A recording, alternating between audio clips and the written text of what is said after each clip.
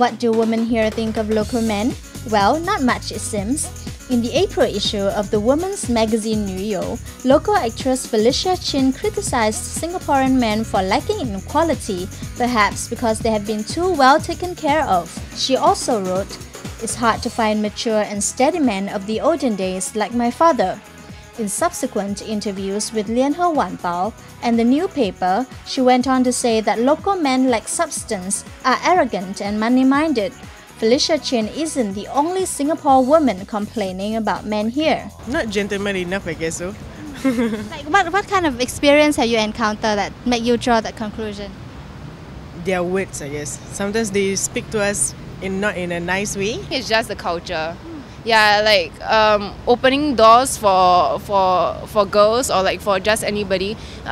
Maybe it's not inculcated into our culture. Sometimes it's just their social life, the way the people that they mix with and things like that makes them very harsh and very rough and things like that. It depends, I guess. Do think that they're a bit gossipy. They're being like us, when I like hang out with a group of guys, they tend to talk a lot about girls, and it's always like how they look, and it's very materialistic, and it's like how she dresses, how she looks. It doesn't matter if she's nice. If she's not pretty, they don't want to be friends with her. I think when the way they judge us, the girls, is very harsh.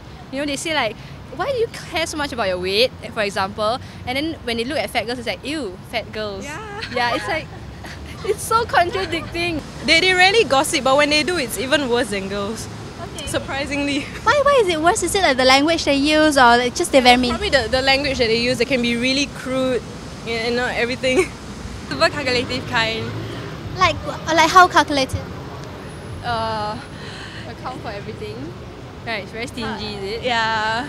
They go out, that if they feel that they should not be paying for this, they would not be shy to voice it out. Like, I didn't eat, so why must I pay? But even though we went out in a group, yeah.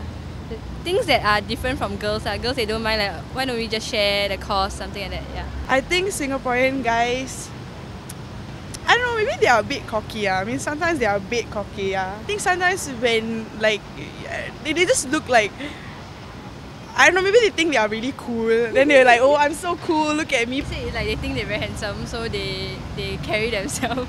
I think I'm very bad to say this, but the way I see is like how they walk and how they look at people with those like very judgy eyes. I think it's their upbringing and their family background. So some of them, most of them that I know that are arrogant are those from those well-to-do families. So I think they tend to be more up there, so they will be more arrogant. Maybe they can be more conscious socially. What do you mean by conscious socially? In terms of EQ, I guess. Okay, so it's in the way they actually treat other people, how they say certain things? Yeah, they are not very able to pick up subtle feelings and such. Like perhaps they need more like explicit stuff.